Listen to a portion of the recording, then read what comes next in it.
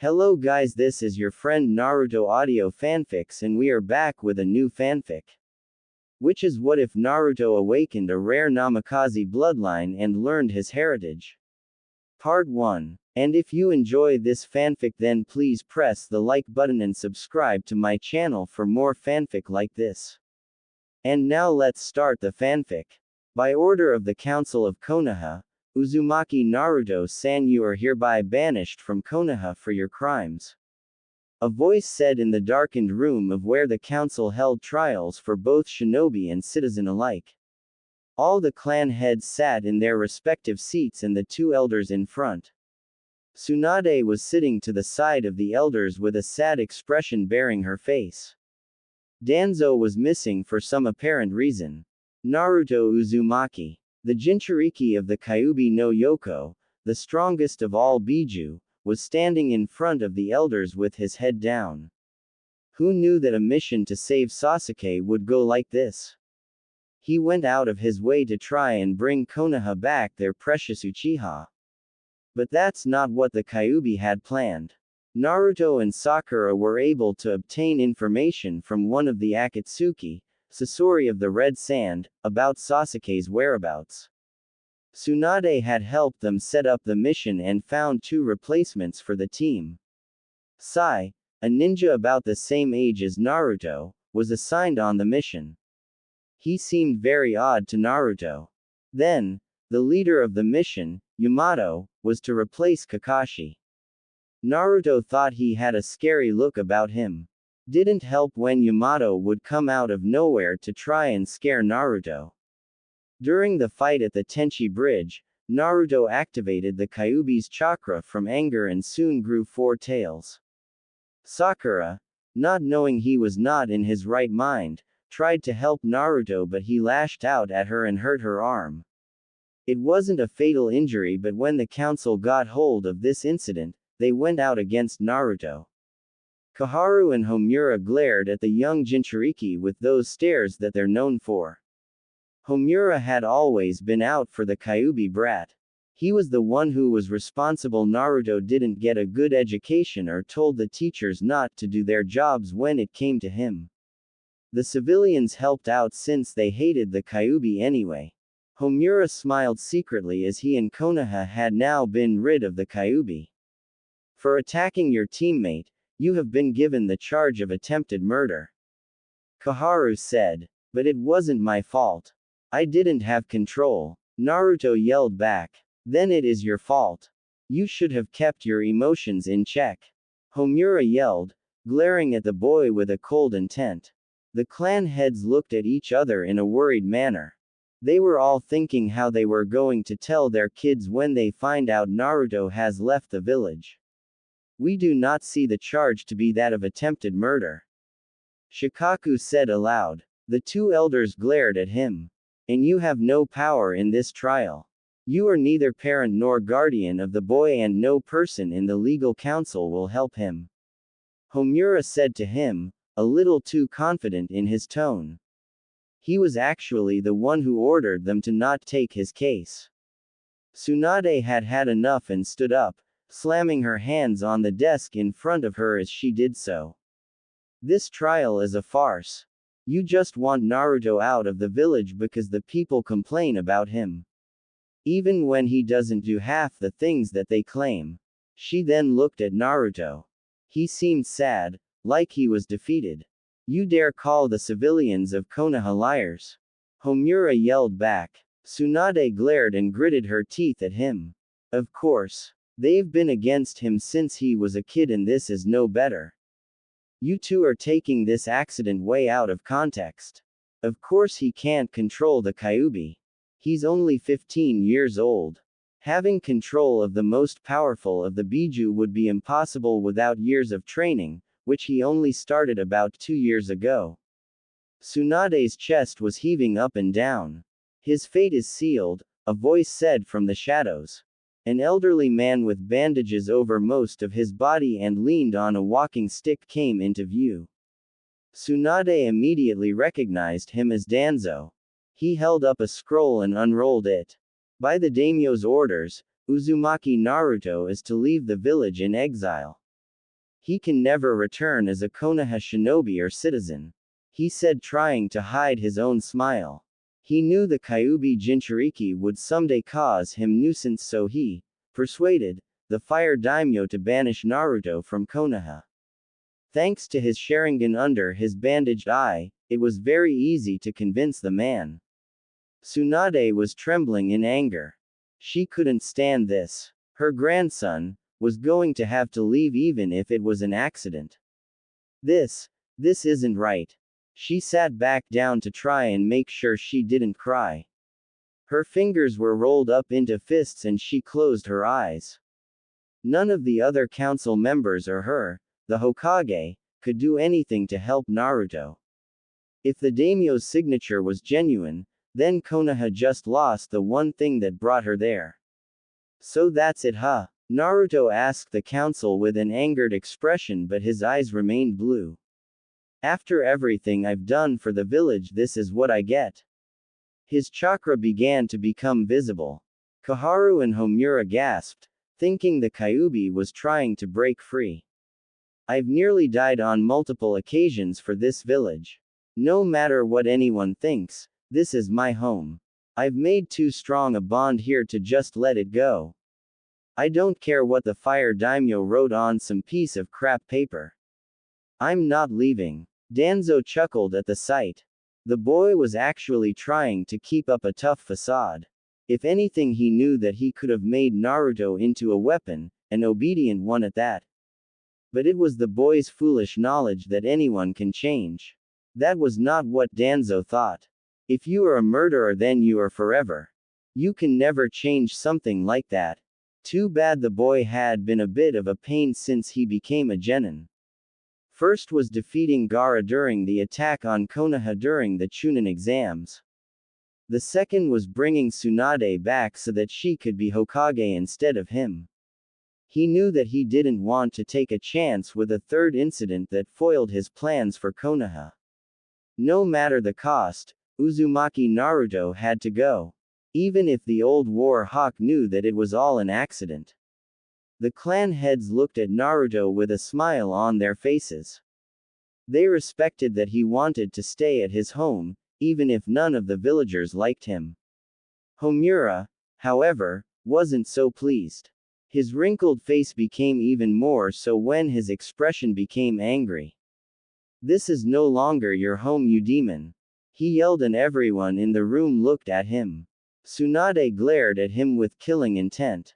Naruto's head was hung as soon as he heard what he heard throughout his whole life. Demon. He couldn't get past that. He was the prison, not the prisoner, but apparently that's what that old man thought of him. He clenched his fists and looked at the spectacled old man. You can kiss my for all I care. Naruto grinned. It was the next day when Naruto was done packing. He was sitting on the bed of his room in his apartment. He had found something incredible when he was making sure he didn't forget anything. There was a trap door in the wood floor of his room. Naruto discovered it when he tripped on a piece of the plank that stuck out a couple inches from the others. Stupid wood, he thought as he read the scrolls. There were 3 in total and a chest with even more scrolls with the same orange swirl that he always wore. He opened the first one to read its contents. Dear Naruto, if you've found the trap door, then you must be around 15 or 16 by now. That's when the seal I made to keep it hidden would wear off. I'm sure you've noticed the other 2 scrolls along with the chest. Well, they are your parents' scrolls. Naruto's eyes widened when he read that part, but he kept reading. I'm not going to tell you who they are because, what's the fun in that when you can read and find out? I know you loathe reading, but I know you won't pass up a chance to find out about them. I was supposed to give you these when you became a Chunin, but I had a bad feeling the day during of the Chunin exams. So I hid them here unbeknownst to you. I don't know if I'm dead or not, but if I am, then I'm sorry for keeping this a secret from you. I also hid a little present in the floorboard under your bed. I'm sure you'll like it. It belonged to your father. I hope you can forgive this old man, Naruto. Be strong and keep the will of fire burning. From the old man. Naruto's eyes welled up with tears at seeing a late present from the Sandaime. It's too bad that he was about to leave the village. Forgetting the other scrolls for the moment, he set down the now red scroll and moved his bed. He carefully moved the floorboards out piece by piece and stacked them. In the small, hidden space was a single seal. This is Gigi's present. A seal. How exciting. Naruto thought with sarcasm aimed at the last part. Then Naruto remembered something about scrolls from Arrow Sennin during the trip. I'm supposed to add chakra to it. Naruto said, victorious. He put chakra into his right palm and placed it on the seal. The seal radiated a mixture of both red and yellow, and something appeared in front of him. It was a piece of clothing that Naruto thought he saw somewhere. He picked it up while standing and unfolded the white piece of clothing. It looked to be just about Naruto's size. It had red flames that licked at the bottom of the cloak. Naruto put it on and went to his mirror in the bathroom. You know, this is oddly familiar. I feel like I've seen it somewhere before. Naruto then went back to the other scrolls. He opened the scroll that had a golden color on the outside of the scroll. He opened it and began reading. To my son, Naruto. Naruto, if I know the old man as well as I do, and that's pretty well if you ask me, then you know nothing of me or your mother. Hopefully, he's told you about your tenant. Well, enough of that. My name is Minato Namikaze, or you may know me as the Yondaime Hokage. His mouth agape. Naruto stared at the scroll, dumbfounded. He couldn't believe it. Now he knew where he'd seen that cloak from. It was the Hokage's, or apparently, his father. He felt happy to know that his hero was his own dad. The blood of the strongest Hokage ran through his. But then, he realized something. His dad was the very one who put the damn demon in him in the first place. He read on, hoping to find a reason for his father's act. I'm sure you're angry at me for giving you the burden of being a Jinchuriki. But I told Hiruzen to tell the villagers that you were a hero and not a monster. I wanted you to be happy. I still do, even though I'm dead. I don't know how your life has been, but I hope you are happy. I'll haunt every villager from the grave if they hurt you. Naruto laughed at his father's joke. Be strong, my son. I know you will become a great shinobi someday. It'd heartbreak me if you didn't. But I digress.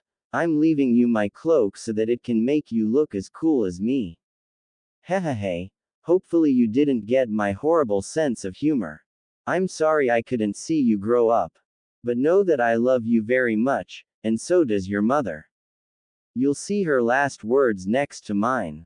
Oh, before I forget, I left a chest filled with scrolls containing jutsu from my home village before I came to Konoha. That, Kumogakure, by the way. If you're my son, you should have an affinity for lightning and maybe water from your mother's side. I was able to also use Ranton, storm release. It's a mixture of both chakra elements.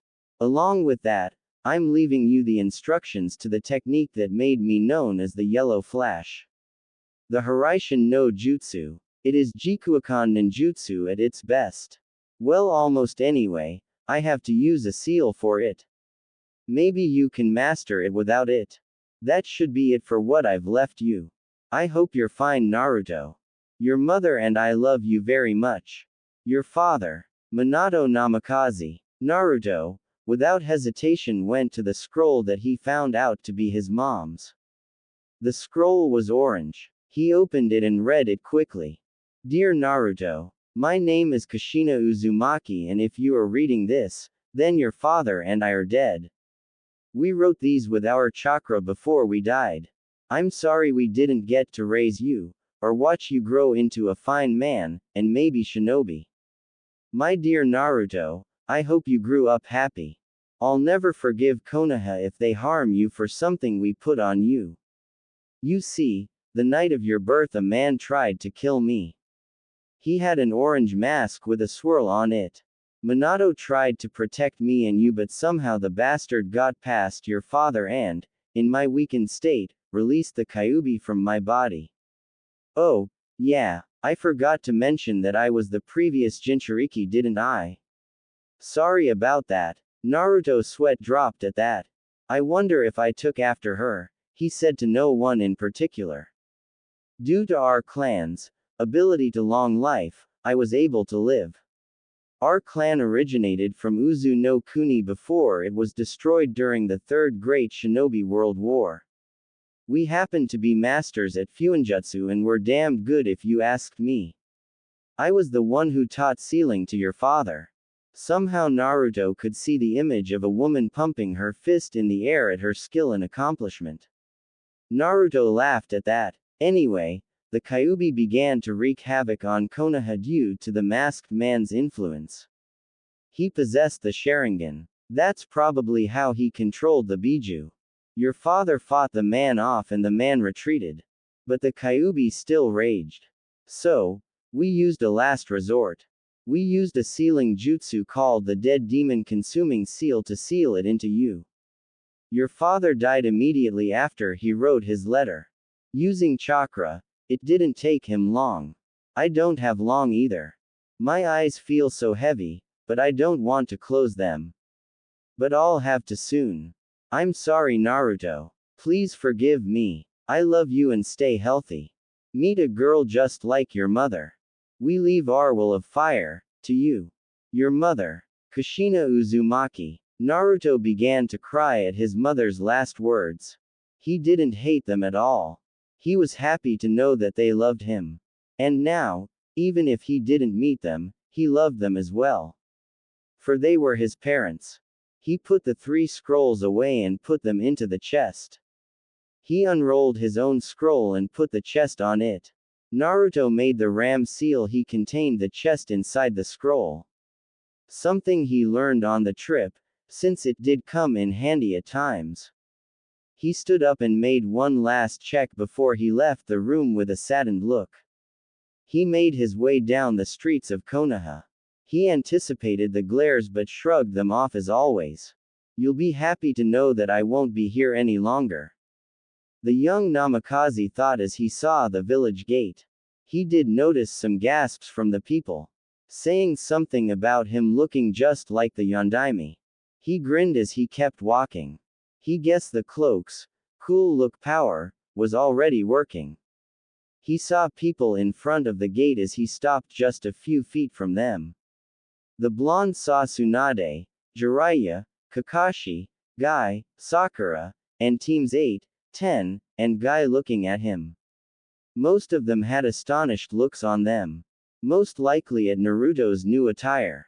Tsunade gasped as she saw her fellow blonde wearing that oh so familiar cloak.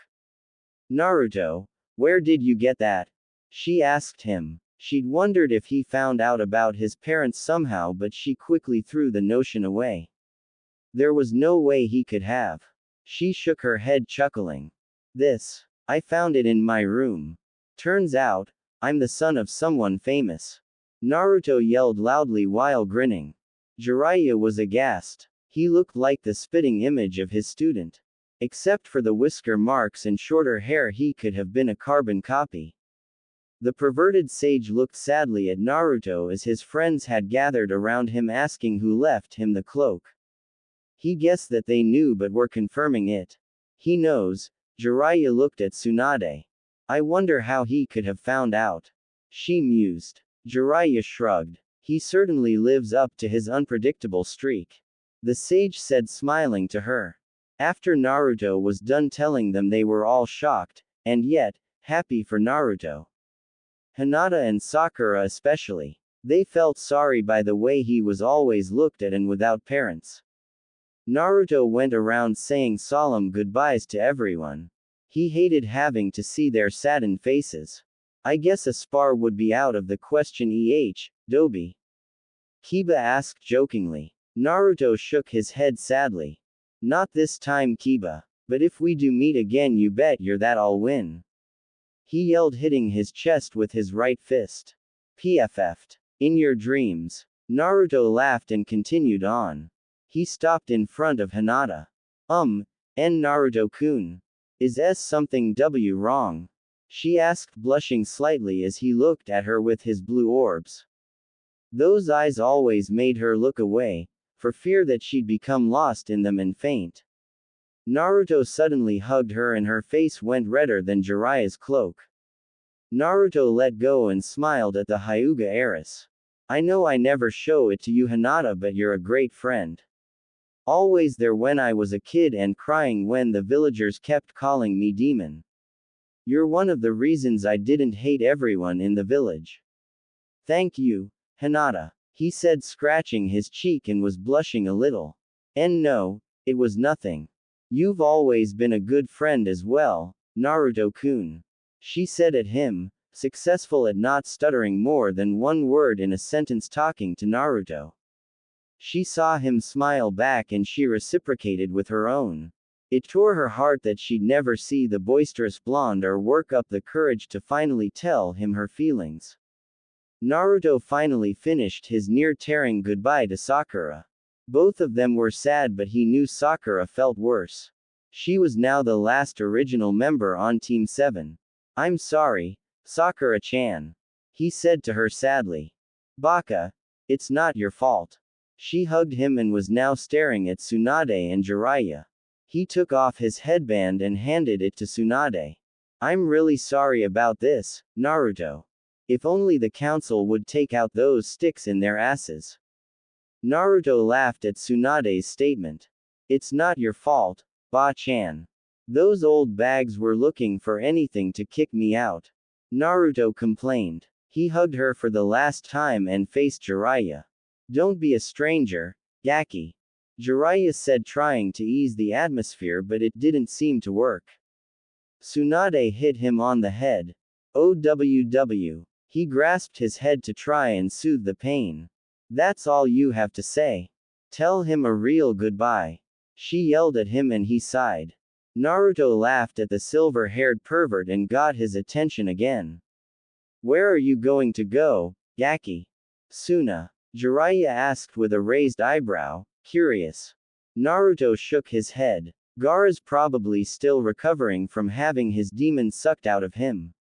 So they don't need me bothering them right now. Naruto smiled. Then where? Maybe Kumo. Jiraiya smiled at his pupil. Your father's homeland, Not a bad choice, Gaki. You take care of yourself, alright. Jiraiya's expression turned serious. Of course. Who do you think you're talking to here? A loud-mouthed brat. Jiraiya snickered when his student's eyes went white with anger. Naruto was about to say something when Tsunade hit Jiraiya again. What was that for? He asked. Stop messing around. It's bad enough he's banished. She yelled with tears in her eyes. Jiraiya sighed again and put his hand on Naruto's shoulder. He leveled to Naruto's eyes and smiled. Don't get yourself killed out there. Your mom would have killed me if she found out. Jiraiya laughed. Sure thing. Naruto pumped his left arm at his side. Now that Naruto was done, he exited the gate and looked at everyone. Thank you all. I'll miss you, he said to them with a sad smile. He saw Hinata crying. He didn't know she cared that much about him. He turned around and headed in the direction of Kumo. With a shunshin he was gone. Naruto Uzumaki was now gone and the quietness began to settle in quickly for his friends. Sakura started to cry as well. Kakashi put a hand on her shoulder to assure her, but she kept crying. Her friend was gone, and she could do nothing to make him come back. Well, that's the first chapter, guys. I hope you liked it. I've always wanted to do a pairing between Naruto and Samui, so I made this. There may be some suggestive themes, he. Hold up, got to clean my nose real fast. Damn blood. Anyway, I'm not the best writer out there, but I knew the POV shtick wasn't working out, so maybe this style is better. The next chapter will be up soon, hopefully. Hidden Akatsuki hideout. The members that were still alive were in a dark meeting room. The platforms they were standing on were made of stone and looked like fingers. The fingers were from hands of what looked like a petrified demon. It had 9 eyes, and only 8 were open. This statue was where they kept the souls of the Biju that they've captured. The one they did capture already was the Ikibi no Shukaku. They were lucky they got that. Since then it's been tough to get any of the others without their home villages knowing.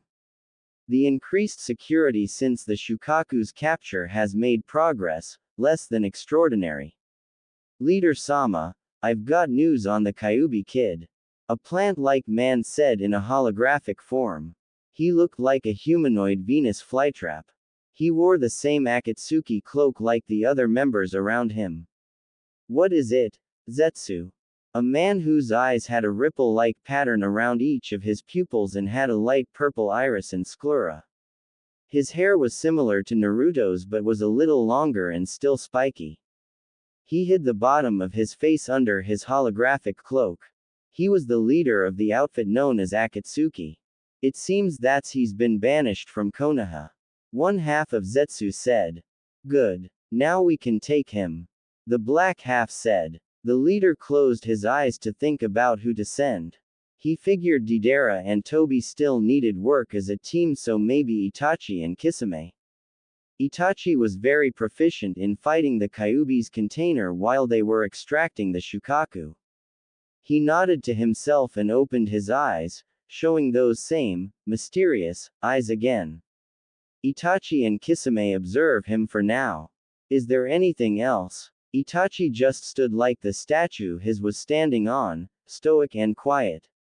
He had his eyes closed as if he was meditating. He was not in a holographic form like Zetsu and the leader.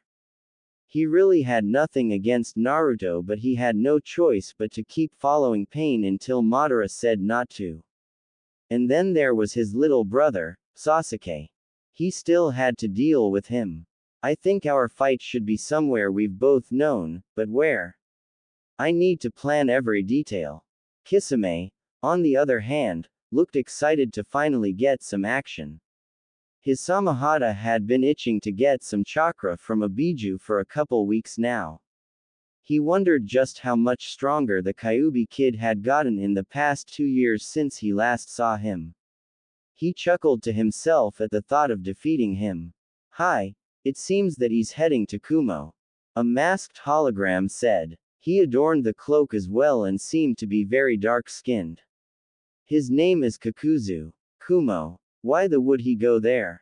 The silver-haired Hidan spoke. He was the most religious one of the group. Even though his religion involved killing people for a god named Jashin. Who knows, the blonde Deidara said. He's always been one that's unpredictable, right? Why should this be any different? Leader nodded and looked at the 2 he was planning on sending. Don't engage. I want to know why he was banished and, if you can, see if he's gotten stronger than before. If he has, report every detail. And watch for his friends. We don't need any more distractions. Hi, Kitsune said. Let's go, Itachi-san. He formed the ram seal and they both shunshined away. The rest of you are dismissed. Find any information on the other Jinchuriki you can. We need what we can get. Leader said and his hologram disappeared. The others followed soon after. A dirt trail just nearing Kurigakure. Naruto was walking gingerly on the dirt beneath his feet.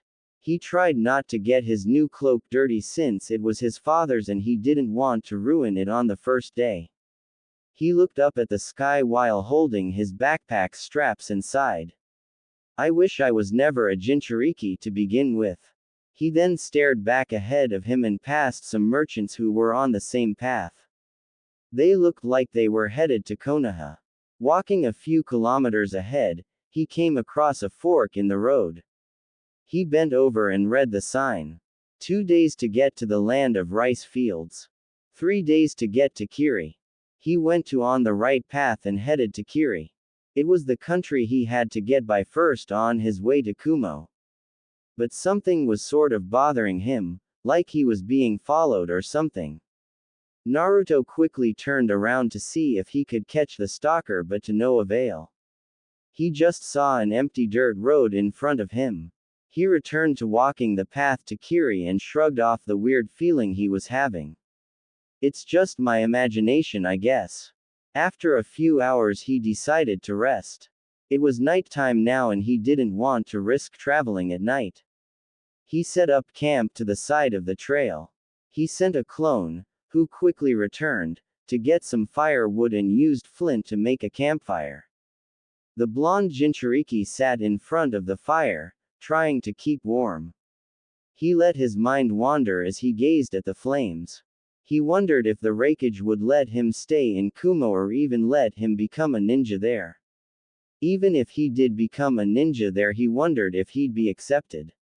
He'd hate to have to live in yet another village that loathed him. The blonde Jinchuriki was brought out of his musing when he heard the bush behind him rustle.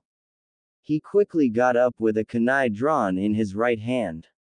Who's there? For the next few minutes he heard nothing. But he wasn't one to just let things go. Then a rabbit jumped out of the bushes and ran across him to the other side of the trail and disappearing as it dived into the greenery. He smiled and shook his head. He put his kunai away and sat back down in front of the fire. He sighed happily and heated a cup of instant ramen. Within minutes it was ready and he put the cup to his nose and smelled it. Itadakimasu. That was cut short when a kunai went to his throat. Ninjas should never let their guard down. Naruto froze. Was the rabbit a distraction? Or was the assailant lucky to have rabbit running around at this hour? The blonde Namikaze quickly forgot about the rabbit and focused on more pressing matters. Who are you? Naruto asked. That is none of your concern, demon trash. Naruto's blood began to boil. He hated being called something he was not. And this guy was going to learn that the hard way. Die. The assassin plunged his knife into Naruto's throat and watched him bleed.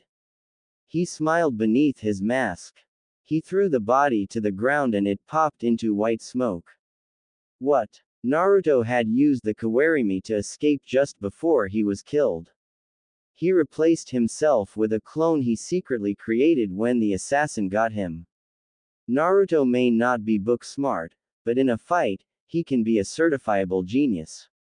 The assassin smirked beneath his mask. He's not that bad after all. He got out another kunai and waited for his foe's move. He was looking around slowly and keeping his senses sharp. Meanwhile, our lovable blonde was watching the man from the trees near the trail. He noticed the man was wearing an Anbu mask but didn't recognize the animal. What's even more confusing, these guys answer to Ba-chan. She wouldn't send one out to kill me, so either he's working by himself or someone else is pulling his strings. Kage Bunshin no Jutsu. Naruto yelled, putting his fingers in a cross form. Soon the clones surrounded the masked assailant. The man laughed. I heard about your extraordinary chakra reserves, but this is incredible. You might just be a challenge for me. He got into a fighting stance. The clones charged and dogpiled him. They stayed like that for a while until each one started to disappear. One by one they were all gone and the man stood in a cloud of smoke made from the Kage Bunshin. He began searching for the real one. His eyes widened and suddenly looked up. Naruto was free falling down at him with a Rasengan in his hand. The clone that made the Rasengan grabbed Naruto's arm and threw him towards the man, gaining an incredible momentum. Rasengan. The jutsu crashed into the land as the assassin dodged by jumping away. Naruto stood in a small crater in a ready stance, anticipating any attack. Doden. Ganchuso. Naruto felt the earth beneath him begin to rumble. Out of nowhere, spikes made of earth protruded from the ground in an attempt to skewer him. The assassin appeared in front of his work. He began to laugh at his victory. Now I can report back to Danzo-sama. The man's eyes widened when he saw Naruto in the middle of his jutsu in a awkward position. Naruto was barely able to escape death by being flexible. He twisted his body in places he didn't know he could just to dodge the attack. Naruto's eyes went white and he yelled at the man. Hey, shithead. I'm not out yet. And if you think I didn't hear that, you're badly mistaken. His face looking more serious than he usually is. With just a small burst of the Kyuubi's chakra, Naruto was able to break free from the spikes and dashed at the man with blinding speed. But the man foresaw his attack and parried a punch by Naruto. But what he didn't know was the clone Naruto made behind him. Cage Bunshin without seals. That's right. More Narutos appeared as the man found he couldn't move since the original had his hand locked in tight with both his hands. Time to finish him off, guys. They all nodded and each made a Rasengan. They smiled victoriously at the man because they knew they had won. I don't know who you are, but prepare to die. The Narutos uttered a battle cry and drove their jutsu at the man. He screamed in pain and flew away from the crowd, hitting tree after tree along the way. When he did finally stop, his eyes were rolled to the back of his head and blood flowed down his neck. His mask was cracked and the man's identity was remained a mystery. Naruto walked closer after dispelling his clones. Now to find out who this bastard is. Maybe he has something on Danzo too. He was now inches from the assassin. He took off the mask and as soon as he did, his body combusted from blue flames. What the? Naruto blinked. Danzo's secret hideout, in his office. Danzo sat in anticipation from the Anbu route he sent to dispose of the Kyuubi container. He knew the man to be a skilled Chunin-ranked ninja. He believed that he'd be more than enough to handle the talentless brat. He was broken from concentration when his door slammed open and another root operative stepped into the office that mimicked the Hokage's. The operative kneeled in front of the old war hawk. Danzo-sama, we've got bad news. The tracker we've placed on Ryusuke has gone off of the grid. Maybe the Kyuubi brat got lucky. And no. His chakra signature is gone as well. I think he's gone, sir. Danzo gritted his teeth with his mouth closed to make sure he didn't show any response. He nodded to his operative, telling him to leave. Hi. The man disappeared. The old war hawk then slammed a fist onto his desk. Damn that brat. I underestimated him, and he makes a fool of one of my ninja. I'll make him pay dearly. The next day, Naruto was walking very slowly. He had bags under his eyes from lack of sleep. He was afraid to just in case he was attacked again. He yawned into his hand and smacked his lips together a few times. I'm getting tired of wasting time. Let's pick up the pace. He began to concentrate chakra into his legs and sprinted ahead. Now that's more like it. He laughed. Thanks to his stamina, he was able to keep up his pace for hours. He stopped when he finally reached the village he helped save from Gato's evil clutches. He breathed in the fresh air and exhaled in a relaxing manner. He crossed the bridge that was named after him with a smile. Once he read the sign before crossing it, he was happy that something was named in his honor. Once reaching the village, he stopped at an inn. He didn't go inside, he stood in front of the building. Should I? Nah. I can probably stay a couple days with Tsunami-chan, the old man, and Inari. He smiled. He walked on and soon found his way to the seasoned bridge builder's home. Naruto knocked on the door a few times and waited for an answer. The door opened to reveal a raven-haired woman stepped out of the house. She wore a green, loose shirt and loose black khakis. On her feet were heeled shoes that were nearly as black as her hair. She looked at the young man in front of her with a raised eyebrow. Can I help you? Naruto just grinned at Tsunami and poked his chest with his thumb. Don't ya recognize me, Tsunami-chan? She blinked and thought she heard that voice somewhere before. She looked closer at the man. Blonde hair, blue eyes, lots of orange. Wait, orange? She gasped. Naruto-san? She asked surprised. He rubbed the back of his head laughing and grinning. Yep. Long time no see. She smiled and hugged him. It's good to see you. Inari would have been glad to see you. She looked sad. Would have been. Is he somewhere out of Kiri or something? Naruto asked with his own brow raised. She shook her head slowly. Come in, I'll tell you. Naruto followed her in the house and took a seat along with her at the dining table he remembered eating at all those years ago with Sakura, Sasuke, and Kakashi. Back when Team 7 was complete. Tsunami looked at the table with a sad expression.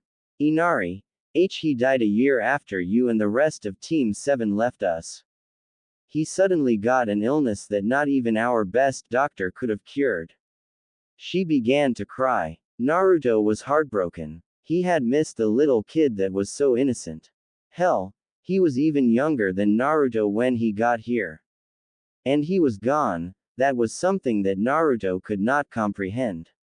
He kept wanting to live another day so that he could see his Ni-san again. She began to sob. Naruto hung his head. I'm so sorry. What about the old man? Tsunami sniffled and regained her composure while wiping her tears. He should be back in a few minutes. He just had to do some business. She said, trying to sound not so sad. But she couldn't help it. Inari was her son after all. He had left besides her father, and he won't be around forever. She missed the boy that would play with her and make her laugh. She couldn't help it now. She could only let time heal her deep wound. Naruto sighed in relief. That's good. I'm really sorry about Inari, Tsunami-chan. He said with sadness in his voice. In the short time he was there, the kid had grown on him. He did feel like an older brother to the little guy. Inari was the closest thing Naruto had to a little brother at that. It's okay. You didn't know. He would have been happy that you came. Now, why are you here in our little village? And where's your headband? She asked, changing the subject on purpose. Naruto sighed and looked at her. Let's start from the beginning. After explaining the whole thing to her, she offered Naruto a room and he tried to refuse, but she wouldn't take no for an answer. So the blonde Namikaze stayed in the village for around 3 days before he left. He got to meet a lot of the villagers and saw the old bridge builder again. They were happy to see each other.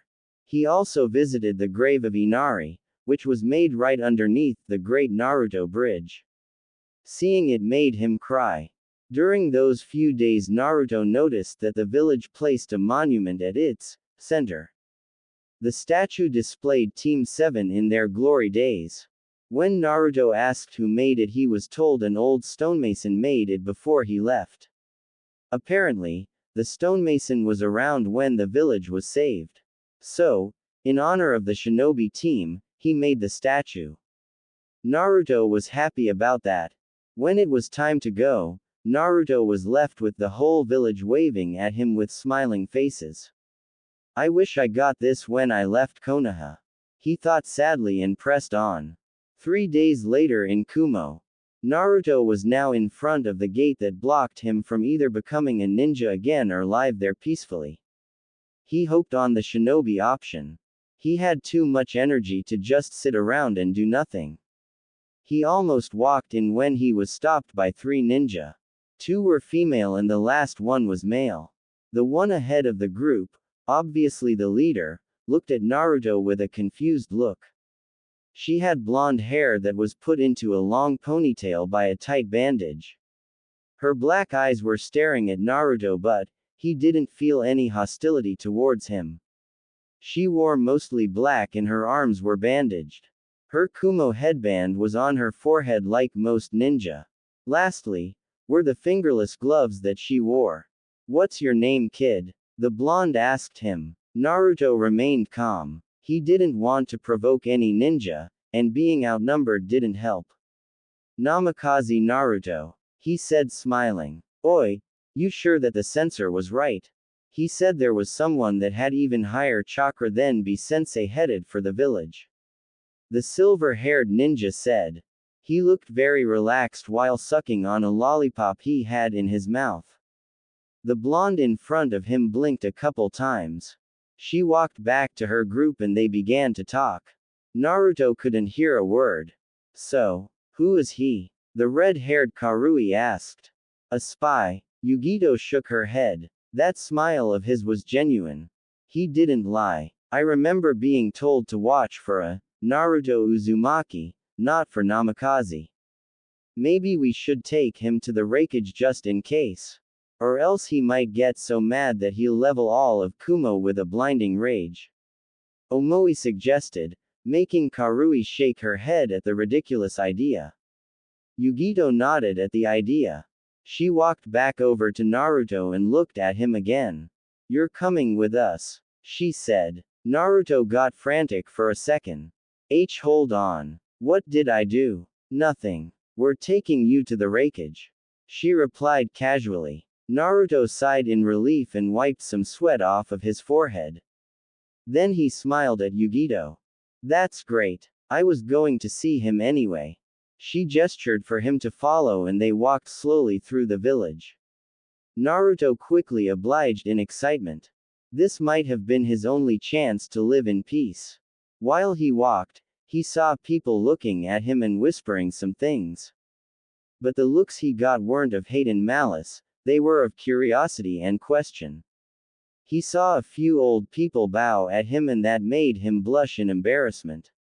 He wasn't expecting that. They all finally walked into the wreckage's office where they saw him signing papers as his assistant kept giving him paper after paper after paper until his brow twitched in annoyance. He slammed his large fists on his desk and stood up. Enough. I'm taking a break. But Wreckage-sama, these need to be filled before tomorrow morning. I don't care. And stop calling me that. He noticed his Kumo ninja and a stranger walk in. He sat back down and studied the stranger. He looked familiar to the dark-skinned Kage. Who is this you brought, Yugito? He asked in a demanding tone. We found him about to enter the village. He only told us his name, Namikaze Naruto-san. A's eyes widened at Namikaze. He hadn't heard that name in a little over 20 years. And he wasn't even Wreckage back then. That's impossible. The Namikaze clan was eradicated here during the attack from Iwa that was one of the catalysts to the Third Great Shinobi World War. It's impossible to have one here. Naruto clenched his fists at what he heard. So Iwa is responsible for my clan's destruction. They're going to pay for that. He then relaxed his anger and looked at the muscled Kage. I am Namikaze Uzumaki Naruto. I am a former Konoha ninja and came here to stay in the birthplace of my father. And who was your father? I asked. His name was Minato Namikaze, but you all know him as Konoha's Yellow Flash and the Yondaime Hokage. That caused everyone to gasp. I smirked. I thought you looked familiar. I forgot that there was a kid that was sent off by the clan to help relations with Konoha. He began looking through the mess of papers that was on his desk. Naruto raised an eyebrow at what the wreckage was doing. By the way, kid, don't call me Sama. Just A-san will do fine. Never really liked the formal name anyway. He laughed. Naruto laughed along with him. He liked this guy. He seemed to be the type that didn't care about the formalities of being the Kage of Kumo. Naruto figured all the Kages were supposed to have a diplomatic disposition. Tsunade wasn't really like that, but she did like being called Sama all the time. Aha, here it is. I said, holding a paper with the Konoha leaf symbol on it. He reread the letter from his fellow village leader. To the wreckage. I am Tsunade, the Hokage of Konoha. This letter is to inform you that due to recent conditions, one of our shinobi, Uzumaki Naruto, will be heading to your village. He was banished by our council for a tenant problem. This was not my decision but that of the fire daimyos. And you know a daimyo's decision cannot be changed. So, since he is no longer on our roster as a shinobi, he had told us that he will be going to the place where his father was born. Please take care of him. He is like a grandson to me and I'd hate to have to go over there if he's being mistreated. He should explain any details that you may have questions about. He's got blonde hair, blue eyes, and 3 whiskers marks on each cheek. He is wearing an orange-black jumpsuit under a white cloak with red flames licking the bottom of it. I don't know when he'll get there, but be expecting him within 2 weeks at most. Please let him stay, he doesn't have anywhere else to go. From the Hokage. I looked at Naruto. Yep. Definitely the kid she described. He set the paper down in the messy stack he had. Now you've got to answer me a few questions. I said seriously. He saw Naruto suddenly straighten up. What is this, tenant, that your Hokage mentioned in her letter? Naruto hung his head before looking back at everyone. The ninja he met were standing next to the wreckage all of a sudden. Well, how do I put this? I'm the container, the Kyuubi no Kitsune. He closed his eyes as if expecting someone to thrash him. He knew Kumo didn't have anything against it, but he didn't know how well they liked demon containers. When he heard the loud laugh from the wreckage, he looked at the dark-skinned man in confusion. That makes 3 for our village.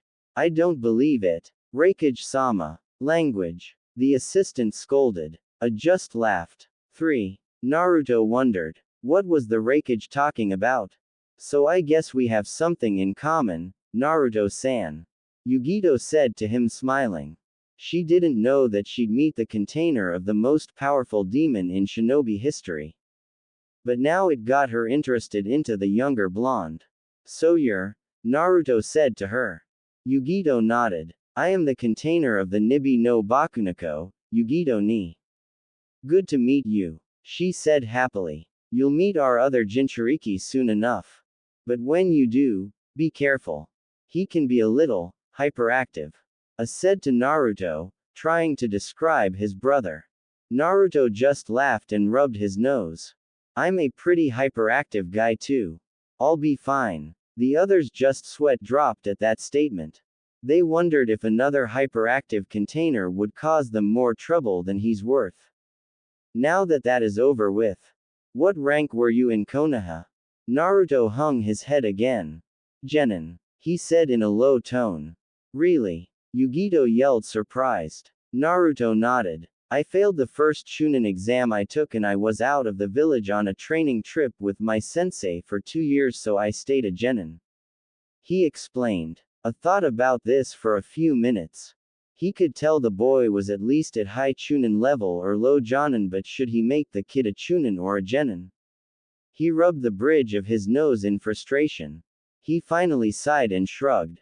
He was going to give him the test.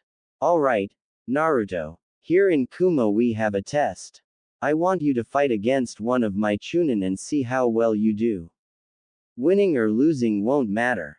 I want to see how well your ability is.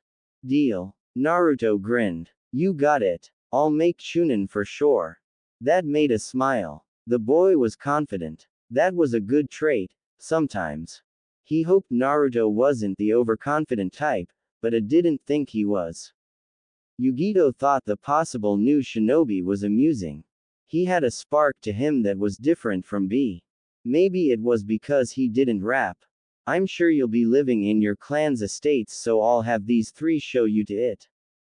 But, can you please do something about those clothes while you're about? I asked, pointing at the jumpsuit. Naruto looked at his clothes. What's wrong with them? He blinked. They practically scream, here I am. Come kill me. Karui said abruptly. The statement made the wreckage laugh.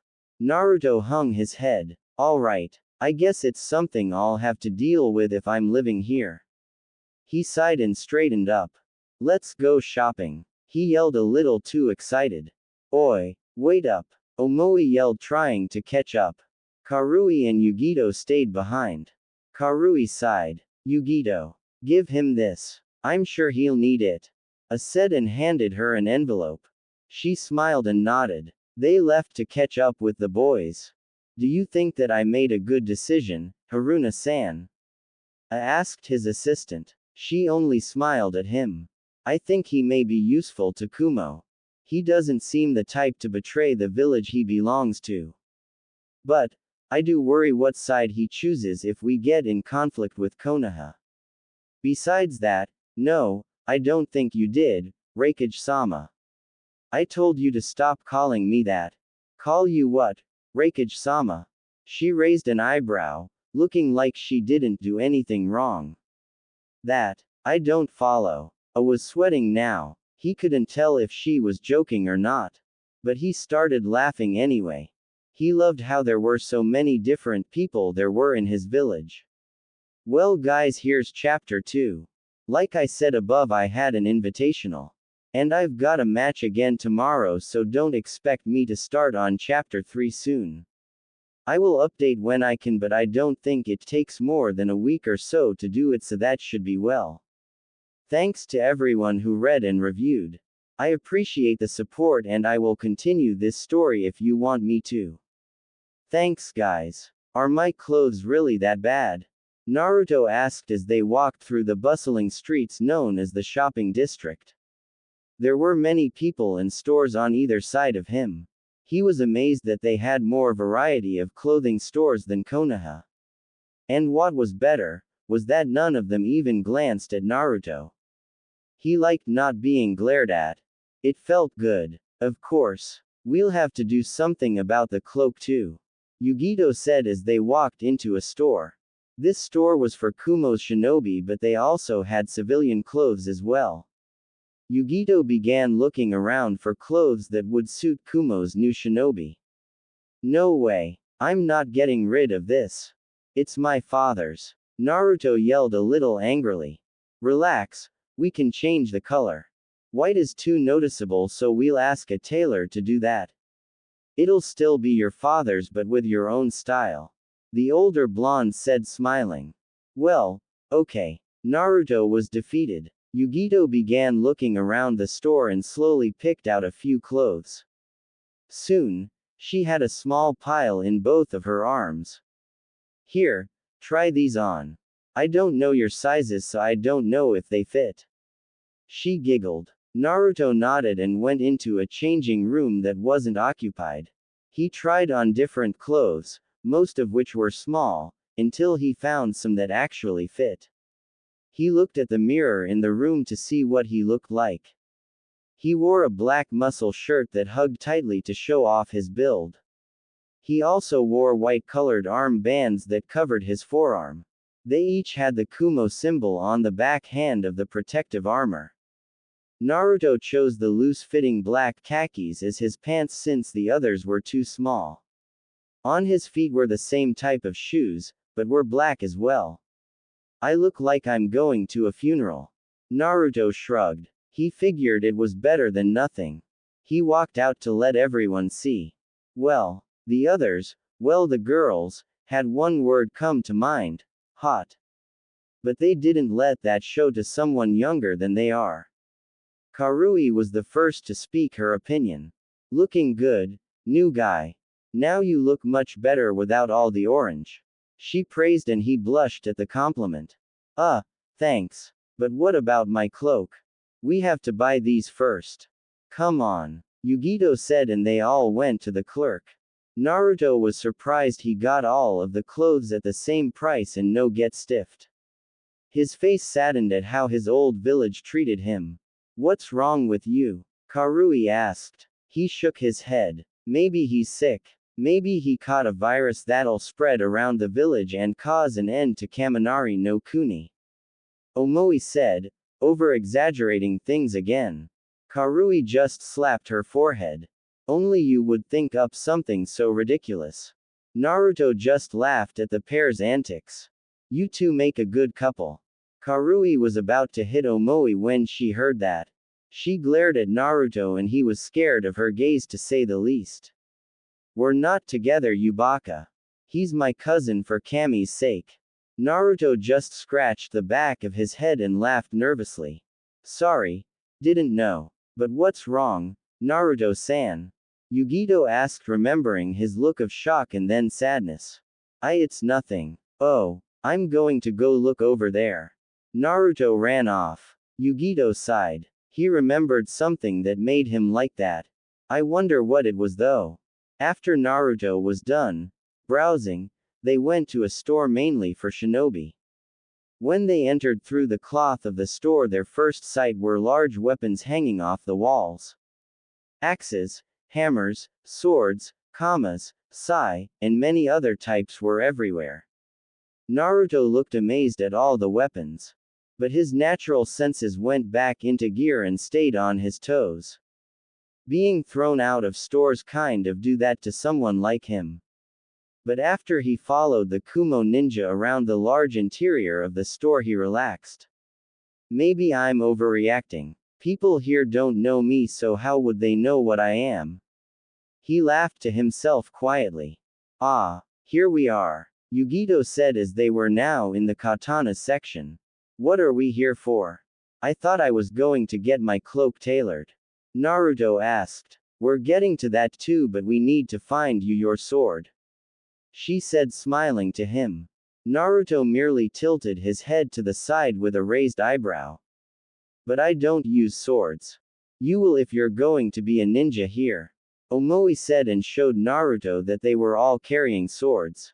It's optional to carry, but you still need to learn the style. You'll find it's very useful. Well, okay, I guess. So which one do I pick? Naruto asked. He began searching through the selection of swords that the store provided. There were many different types of them. Bakken, for practice, katanas, nodashi, a two-handed long sword, and others. If you have a question about any, just look them up on Wikipedia. It shows a picture for the sword so you know what it looks like. Naruto stopped in front of one of the katana swords. This one seems different, he thought as he looked at it in his glass case. The blade was black but still looked durable and deadly. The handle was a dark red with the tip a shining gold. When he looked closer, he saw that the blade had kanji written on it. He couldn't tell if it was a seal or not. It's kind of hard to read on black. Looks like you found one, Yugito said, and he nodded dumbly as she walked up to him. Karui and Omoi were looking at possible replacements. She saw the sword he was looking at and was surprised at his pick. That belongs to one of the Namikaze elders. He was said to have been a very proficient kenjutsu master. Yeah, but I don't think I can afford it. I'm using reserves right now.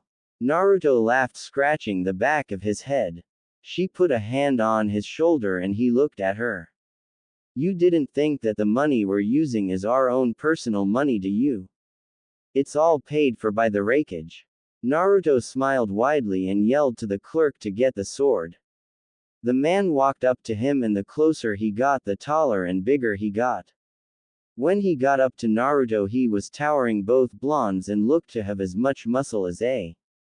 He had a long ponytail of black hair and a short beard that was the same color. His glasses shimmered so his eyes weren't visible. Think Tessai from Bleach but without the mustache and with a beard instead. Ah, Guro-san. I thought you gave the store to your brother. Yugito said, smiling to him, not intimidated at all. The man named Guro just laughed at what she said. And miss being able to scare the shit out of non-shinobi customers. Forget it. He then turned his attention to the swords that the young Namikaze wanted. Sorry kid, but that glass is seal protected. Only the clan from which it was made can open it. What clan is that? Naruto asked. The Namikaze, of course. They were some of the greatest kenjutsu masters in all of lightning. Guro said proudly. Maybe because he actually sold some of the swords they used to the clan. Oh. Naruto bit his thumb and wiped it over the glass and then placed his palm on it. The glass glowed and, in a bright flash, the protection was gone. Naruto looked at Guro, who had an astounded look, and smiled widely. Looks like I'm one of the clan. He laughed and picked up the sword to check if it suited him. Guro and Yugito gave him some space as he did so. Naruto swung it, sliced the air, and found that the swords was perfect for him. It was just the right length and was really light, so he only needed one hand. I'll take it. Guro put the sword into its sheath, which was black with a bright yellow kanji written that said, Namikaze, and brought it up to his counter. The price turned out to be about 100,000 ryo. It would have been higher, but he wouldn't let the boy buy his own clan's swords at full price. He couldn't have that at all. Naruto and the other Kumo nin thanked him and left the store. Come back soon. I get new weapons every couple of weeks. They heard just before walking out. They waved back and now headed to one last spot. The tailor's. When they walked across the district, Naruto looked in amazement at the many more shops around. There were places for, well, anything. The only thing that was missing was a red light district, and it would have been just like Konoha. Hey, want to have some fun, cutie? A woman wearing a kimono that revealed a lot of cleavage asked Naruto. Naruto's sweat dropped. Yup. Just like home. Damn it. I need to stop calling it that.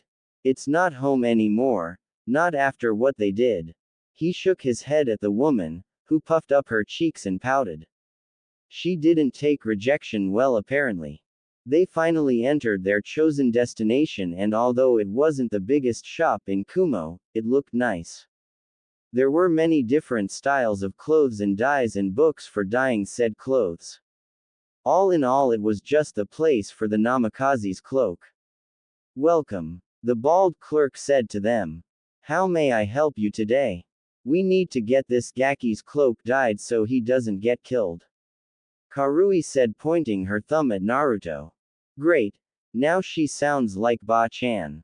He thought, folding his arms. The clerk went around his counter and studied the cloak. He put a hand on his chin and went around Naruto. This looks very familiar. Where did you get it? He asked Naruto. My dad left it for me before I was banished.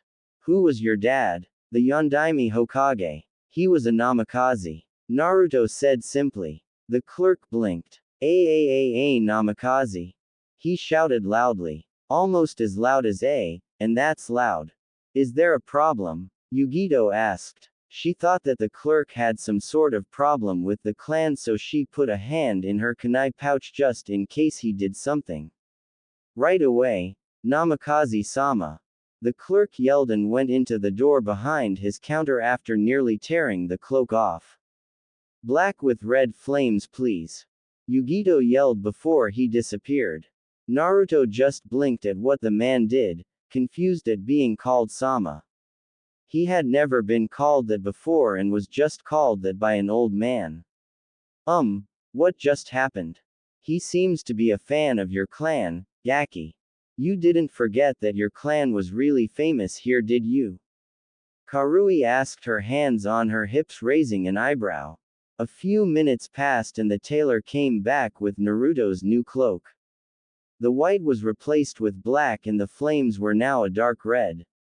Naruto put it on and thought it suited his new outfit. Anything else I can help with? He needs to be fitted for a flak jacket too. Yugito said, and Naruto looked at her like she just grew another head. I'm not even a certified shinobi here yet. Why do I need a flak jacket? Naruto asked. Think of it as an incentive to work hard and pass then. She said to him, smiling. Follow me please, Namikaze-sama. The clerk said to him and Naruto followed. You can just call me Naruto, you know. The blonde said to odd clerk. Sorry, but no can do. Your clan helped me start this store and even saved my daughter from enemy ninja during the last war. It's the least I can do to repay your clan back. He said, holding a strip of measuring tape to Naruto. Now hold still. It didn't take long before Naruto now donned a new white flak jacket with the straps going over his shoulders. He had it on under the cloak. When he walked out, a lot of the civilians were looking at him. Naruto just smiled at them while rubbing the back of his head and waved. The girls his age were blushing and now talking amongst themselves on the new boy that was in the village. Yugito felt a little jealousy for some reason but shrugged it off and noticed a blushing blonde next to her. She just giggled and put a hand on his shoulder. Come on, lover boy. We need to take you to your estate. Naruto blushed more at the lover boy part and nodded in a Hinata-like manner. He soon composed himself and followed his companions to his new home. His mind began to wonder how it would be if the estate was big or what it had already. As they walked to their destination, Karui and Omoi kept talking about their leader. Someone named Samui. That got Naruto's attention. Karui hit Omoi for him commenting on how big a difference of cup sizes the two were. Baka, was all she said to him about that statement and hit Omoi on the head again. Who is Samui? Another Kumo ninja? Naruto asked curiously. Omoi nodded while rubbing the bump on his head. She's the Jonin of our team. Where only Chunin Sashi was placed as leader by the Raikage. I can't believe she made Jonin before us. Maybe she has some hidden bloodline that was kept secret from us and maybe as powerful as a tailed beast. He began to rant. Naruto laughed at the slightly older man. There were some interesting characters in Kumo, and he liked them. It'd be boring if they were all like Sai. He thought as they strolled through town. Shut up, Omoi. We would know if Samui-sensei would have won or not. She is skilled though, Karui said in a thinking pose. She was remembering all the times the busty blonde had helped train her in Kenjutsu and Raiden Jutsu. But then she started to remember on how Killer Bee-sensei would always show her up but she would only use her frustration on him to get stronger. Yeah, you'd like her Naruto-san.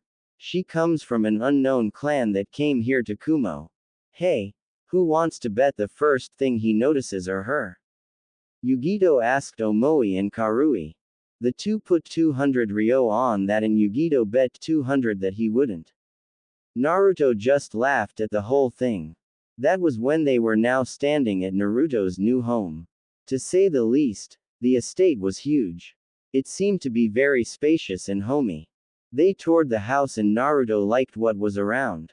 It had a fully stocked kitchen, large training ground, and it even had its own onsen. There were doors that had seals that read, Namikaze only, and seemed to be trapped if anyone but his clan entered. He decided to look inside them after the tour. After a complete tour of everything and everywhere, well except for the sealed rooms, in the estate the Kumo nin bade him farewell and left. But only after Yugito took the flak jacket from Naruto to give him an incentive to pass the test. You'll get it back when you pass, she said and they all shunshined away. Naruto turned back around to the inside of his new mansion and sighed in content.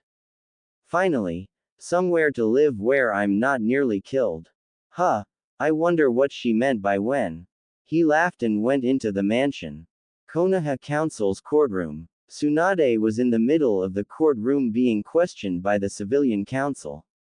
She sighed because she knew this had to do with Naruto's heritage.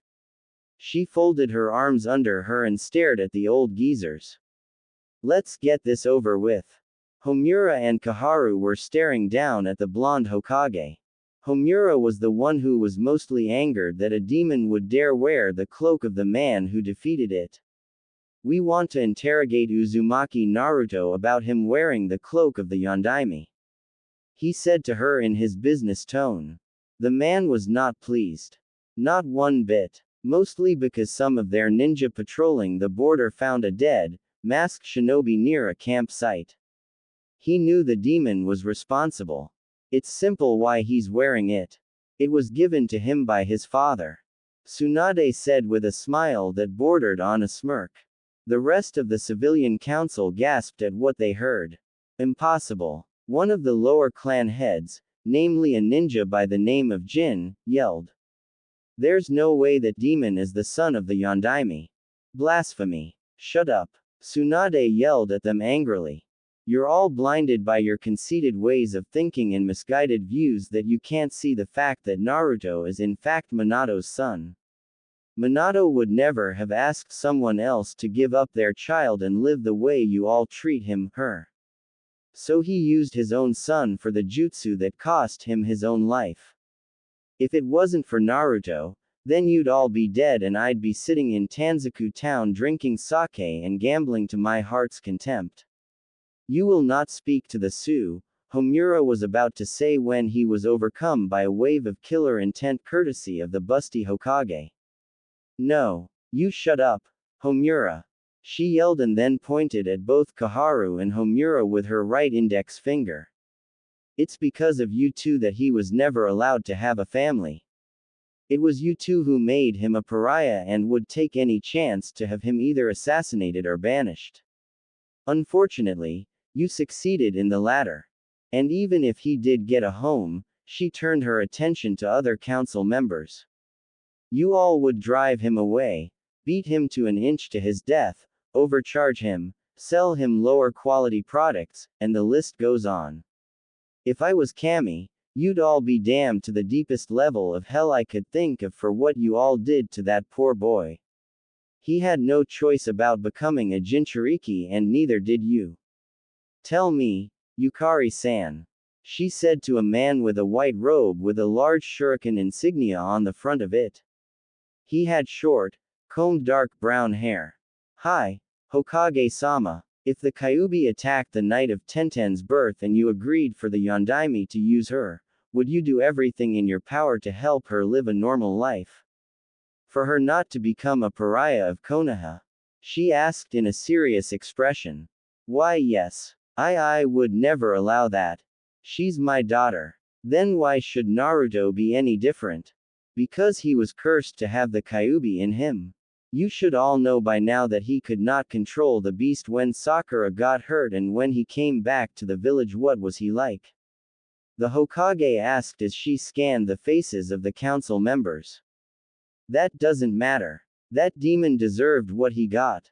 And I say that if he truly is of Namikaze blood, then all of his belongings should go to the village, namely the Uchiha when he gets back. A white-haired man yelled. This man's name is Hokido, a very profound demon hater. Come back. You honestly expect him to come back after all this time?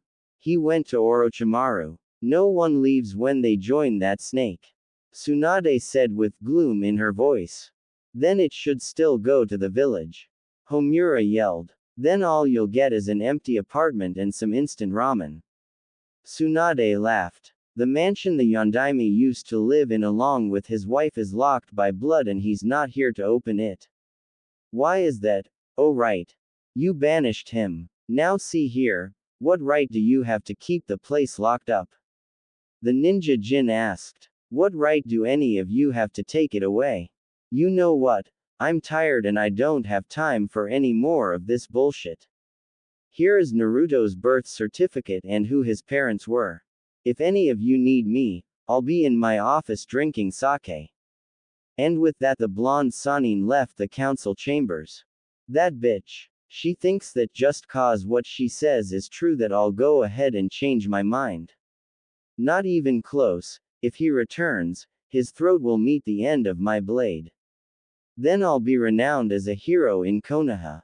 Jin thought and chuckled to himself evilly. Homura was having a hard time with Tsunade. He clenched his fists under his seat so not to show his anger. But he quickly calmed down. Just wait until Danzu's plan takes effect, you demon-loving whore.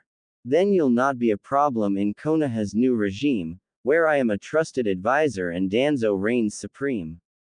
Meanwhile, Orochimaru's hideout. You seem to be doing well, Sasuke-kun. Orochimaru said as they had just finished fighting each other for his training. They both stood in the darkness of the training room. They could barely even see each other. But they could sense each other's presence.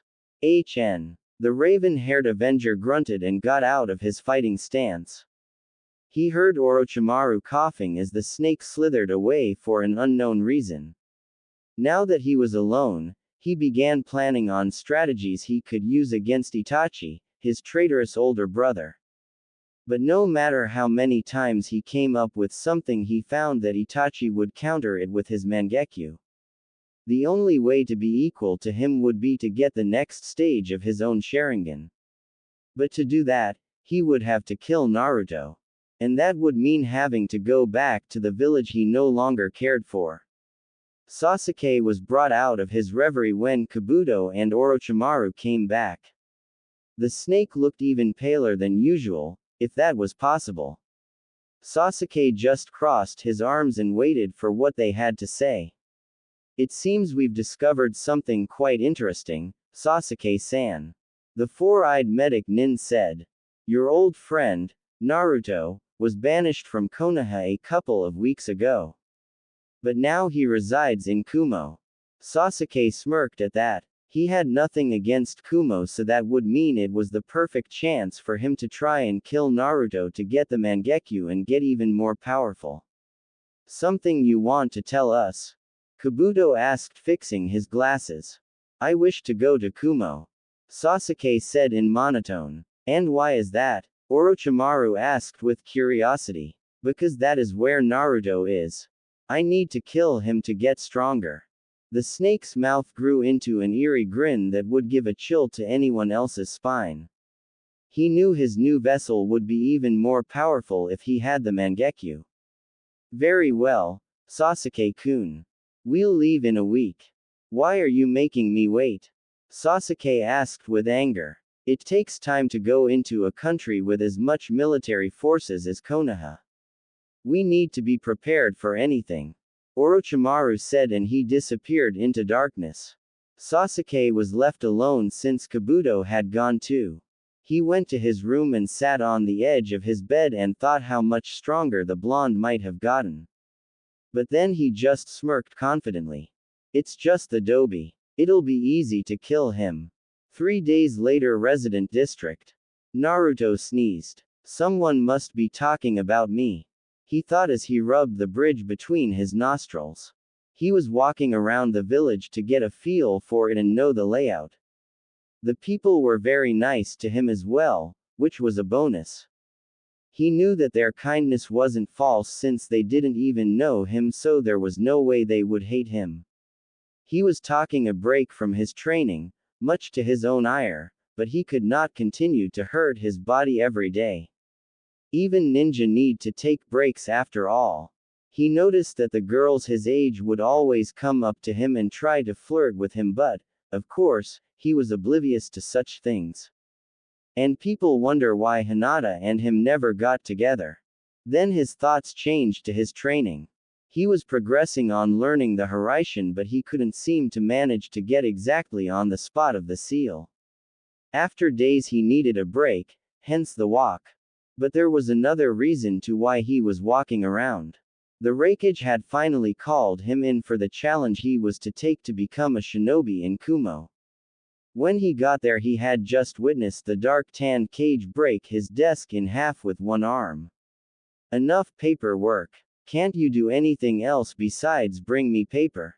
He yelled at his assistant, Mabui. Sorry, sir. But there are a lot of mission reports to be looked over, as well as the documents for the possible alliance with one of the lesser nearby countries. She said to him in her business-like tone. A just sighed and sat back down. He saw the blonde in front of him and smiled. Well, hello there, Naruto.